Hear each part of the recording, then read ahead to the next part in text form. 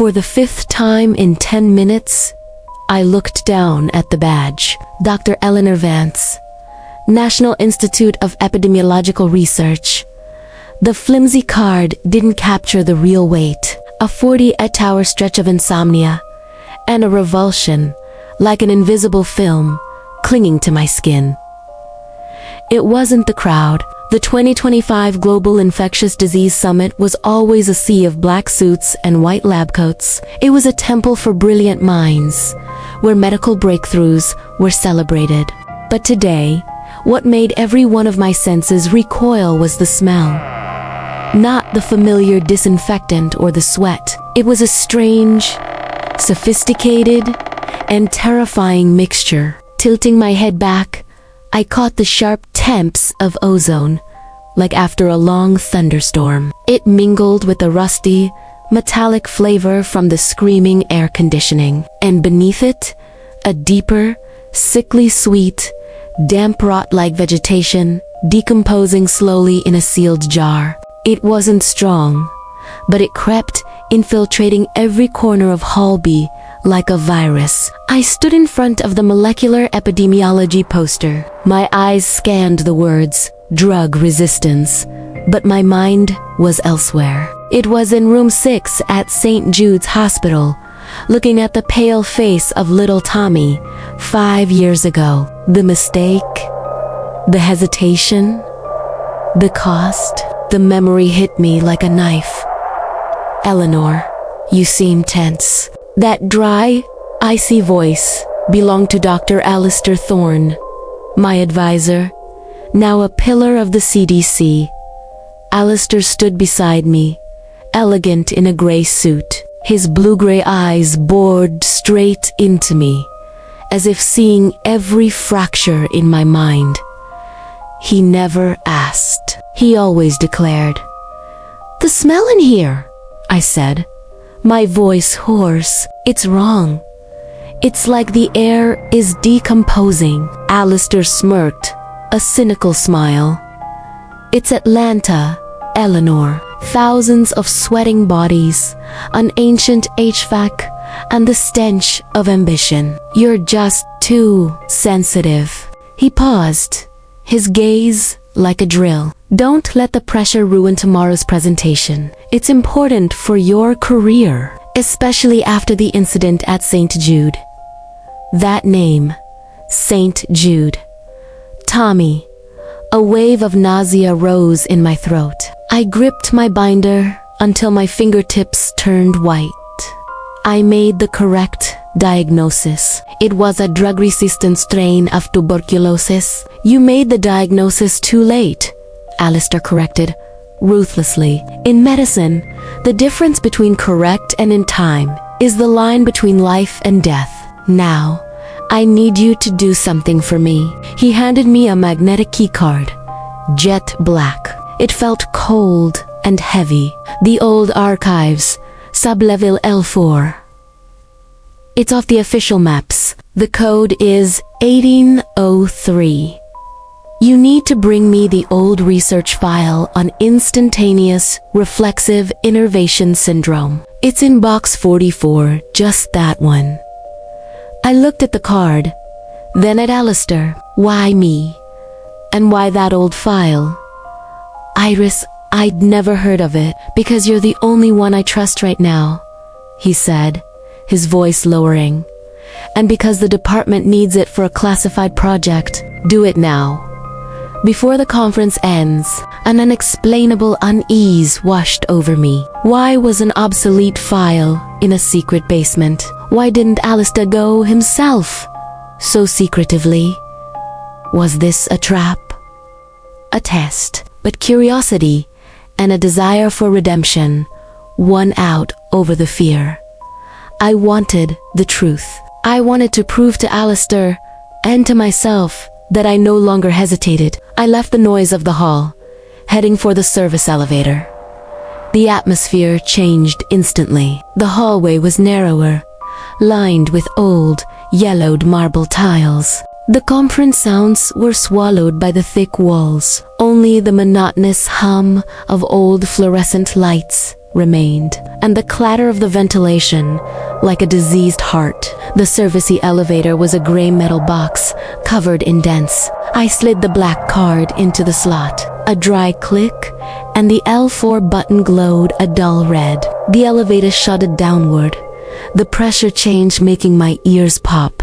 The sickly, flickering light made my shadow dance on the metal walls, twisting, my chest compressed, my breathing short and shallow. The doors opened with a long, drawn-out screech. I took a deep breath and almost gagged. Sub-level L4.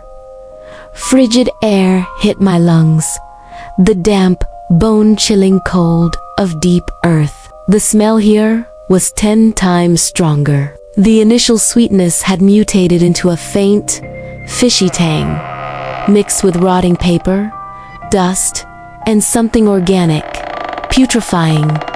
The corridor was bare, rough concrete, not a soul in sight. Steel pipes, covered in mildew and cobwebs, hung from the ceiling. The light from the sparse fluorescent bulbs was just enough to sketch out long shadows. I turned on my phone's flashlight. Its weak beam tore a piece from the darkness, revealing the terrifying desolation. I followed the mental map Alistair had whispered. My footsteps echoed in the silence like a dying metronome. The quiet here pressed on my eardrums, forcing me to listen to my own frantic heart.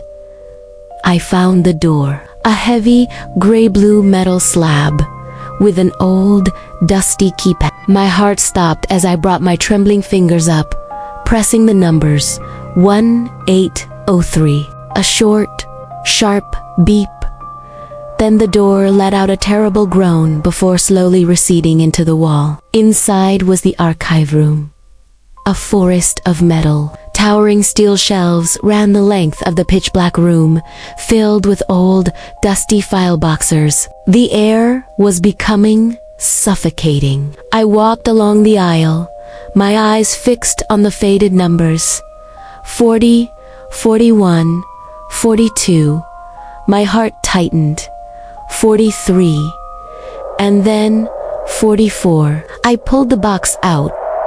It was unusually heavy. When I opened the lid, thick dust billowed up, and with it, a powerful, acrid chemical stench. My eyes stung. Inside was a thick file, its faux leather cover crumbling, labeled Instantaneous Reflexive Innervation Syndrome. Project Pandora. Pandora. The name made my blood run cold. Just as I grabbed the file, a sound echoed, a rustle, then a clatter. Not footsteps, not a rat. It was a soft, wet sound, like something heavy, viscous, being dragged across the floor 2 aisles away. I stood still, holding my breath. My heart beat so fast I thought it would break out of my chest. Cold sweat beaded on my forehead. Silence. Just my imagination, I reassured myself. The pressure and the insomnia. I tried to ignore it, flipping through the first few pages. There were temperature charts, EEG readouts with erratic waveforms. Then the sound came again, clearer and closer. A drag, a clatter, then a wet thud. It came from the end of my aisle. I felt like something was playing hide and seek, and it was getting closer. My survival instinct screamed in my head. I couldn't take it. I had to run. I turned, clutching the file, and I saw something. Not a person, not a ghost. It was a drop of dark brown liquid, thick as dried blood, dripping from the top shelf, right in my path. Drip, then another drop. Drip. It dripped steadily, forming a small, dark puddle. I looked up, heart hammering. I saw something, a blur, a patch of moving darkness in the dim shadows. It had no clear shape, just a movement, gray-black, wet, and it seemed to be slithering, flowing over the shelf corners unnaturally. A faint, high-pitched hiss came from that direction. I didn't think. I bolted from the archive room, sprinting back down the concrete hallway. My gasping breaths, my pounding footsteps echoed. When I reached the elevator, I jammed the card in and hit the lobby button repeatedly, frantically. Behind me, the dragging sound. It had sped up. It was no longer a slow drag. It was like a soft, boneless body pulling itself forward at a terrible speed. The elevator doors began to close, agonizingly slow. And right then, in the dim light, I saw it. At the end of the hall, about 30 feet away. It wasn't a person. It was a shape that suggested a person, a grotesque, distorted mockery. A mess of gray-black flesh, wet, glistening, tall but unsteady. It had no more legs. Its lower torso was a mess of muscle, tendon, and bone fragments, dragging on the floor. It had 2 arms, unnaturally long, thin, flesh atrophied, trying to prop up and pull its body toward me. But the thing that froze my soul was the face. Not Alistair's face, not anyone from the conference. It was the face of a little boy. The skin was shriveled gray. The eyes were wide open, the sclera a milky, opaque white. No pupils, no life. The pale, cracked lips were parted in a silent hiss. Tommy. The elevator doors slammed shut, cutting off the horrific image. I collapsed to the elevator floor, gasping, my entire body shaking. The elevator shuddered and began to ascend. I tried to calm myself, leaning against the wall to stand up. I looked down at the file in my hand. Iris. Project Pandora. My hands trembled as I opened it, flipping quickly to the last pages. A summary report with the familiar signature of Alistair Thorne. The conclusion spoke of a top-secret experiment in 2020. A mad attempt to create a tissue regeneration catalyst using a mutated yeast strain, codenamed Pandora. The experiment was conducted illegally on supposedly volunteer patients. And a handwritten note in red ink, scrawled, Patient 6, designation, TM severe neurological complications after 3rd dose, did not expire. Body did not decompose. Anomalous tissue restructuring observed. Move to biocontainment storage L44 monitoring. Tommy, little Tommy, didn't die from my diagnostic error. He had been turned into a living specimen, an unfinished experiment, and abandoned. I was the one who signed off on the diagnosis for Tommy. I never saw his body. Alistair had handled everything himself, saying it was to lessen the pressure on me. The twist. Alistair didn't need the file. He knew where it was. He sent me down there to check if specimen TM was still there, and how much it had evolved. He wanted loyal eyes, a magnet to draw the attention of the thing he had created. He pushed me into the hot zone to see the reaction. The elevator stopped. The doors opened to the blinding light, the noise of the conference lobby. I stepped out, walking straight into the crowd. People were still laughing, talking about viruses, about vaccines. That fake academic atmosphere now made me sick. I saw Alistair standing with a group of professors, wearing a confident smile. I walked straight up to him. I threw the old, stinking Iris file onto a refreshment table. The acrid chemical smell spread. "You lied to me," I whispered, my voice dry. "Tommy didn't die from the disease. You turned him into that. Alistair looked at the file, then at me. Not a trace of surprise, just a faint, cruel smile. Eleanor, I thought you might have run quicker than I expected. He pulled an identical black card from his jacket. It was a test, you understand. The pressure of a past mistake, the isolation, the engineered smells and sounds to trigger fear. It makes you see what you fear most. A sophisticated mass hallucination. I saw him. He's down there. You're turning people into monsters. Alistair reached out, calmly picking up the file. Science moves forward. Eleanor, not all paths are clean and ethical. He glanced around. You saw. You ran. You proved your survival instinct is stronger than your curiosity. Now forget it. Rejoin the conference. He turned his back, melting into the crowd. I stood there, my limbs numb, frozen. The hall's warm light couldn't chase away the bone-deep chill.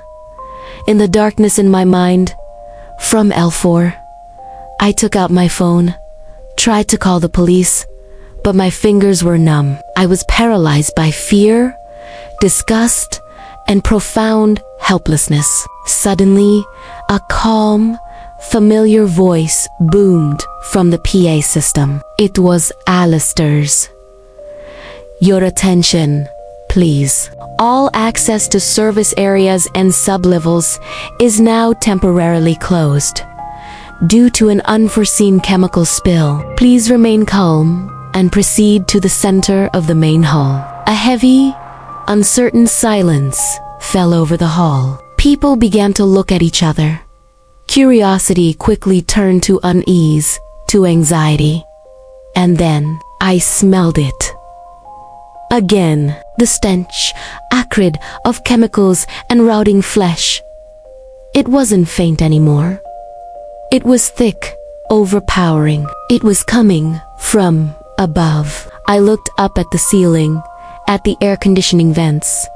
I saw something dark, wet, viscous streaks, seeping, flowing out of the vents. Drip, drip, drip. Drops of dark brown, thick liquid began to fall, growing thicker, into the middle of the hall, onto expensive suits, onto pristine white lab coats. People started to scream. The screams weren't because they saw a monster. The screams were from the horrifying realization. This liquid, this product of Project Pandora, was being pumped into the ventilation, creating the stench. A man near me, a famous professor, coughed violently. He put his hand to his mouth. When he pulled it away, his palm was covered in a thick, reddish-brown fluid, speckled with black particles. He stared at it in absolute horror. Then he collapsed to the floor. His arms and legs twitched lifelessly. And then, the most horrifying thing happened.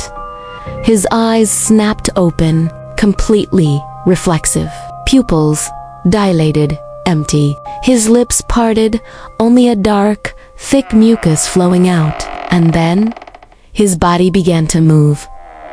Not to stand up, but to drag. He used his hands, pulling his paralyzed body across the floor, toward the panicking crowd.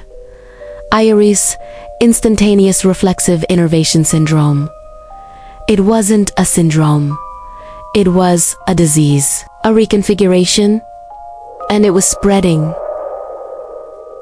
I turned, looking for Alistair. He was standing at the main emergency exit, guarded by his security. He still held the black card. He watched the chaos with a calm, almost satisfied expression. IRIS was not a failed experiment. Eleanor, his voice echoed through the PA, drowning out the screams. It is the next evolutionary leap, a way to eliminate weakness, hesitation, and redundancy. Pandora wasn't a box of plagues. It is the key to a new, more efficient, form of life. I knew what I had to do. I had to run. Not to escape the building, but to find a way to stop this. I turned, pushing through the chaotic crowd, the people falling, convulsing, and those beginning to drag themselves with vacant eyes. I ran toward the service elevator, the one that had taken me to hell. Maybe down there, in the archive room, there was still a clue on how to counter Pandora. I hit the button. The elevator doors opened instantly, as if they were waiting for me. I stepped inside. At that moment, I looked down at the elevator floor, a streak of dark brown liquid stretching from the back corner to the door. Fresh, the trail of something that had been dragged up. The nightmare hit me. The elevator coming up wasn't to save me. It was simply bringing Tommy, or something like him, up to the conference hall. And now, it was waiting to take me back down. I screamed, hammering the door open button, but it had no effect. The other buttons were unresponsive. The elevator shuddered, then began its descent. Level L4. Again, the doors opened. Absolute darkness enveloped me. The lighting system seemed to be completely dead. The smell of chemicals and rot was overwhelming, suffocating. I couldn't see anything but black. I heard the dragging sound. It was no longer at the end of the hall. It was right in front of me, in the darkness, inches away. And then, a soft sound. Thud, a drop of warm, viscous liquid landed on my forehead. Slowly, deliberately, I stood motionless, frozen, afraid to breathe. All sound from outside vanished. I raised my hand, mechanically, to wipe the drop away. In the dark, I held my hand up. The light from my phone flickered weakly, the battery dying, illuminating a patch of the elevator wall. On the cold metal wall, a message was written in something bright, red, still wet. Not writing. It was a crude drawing, a child's.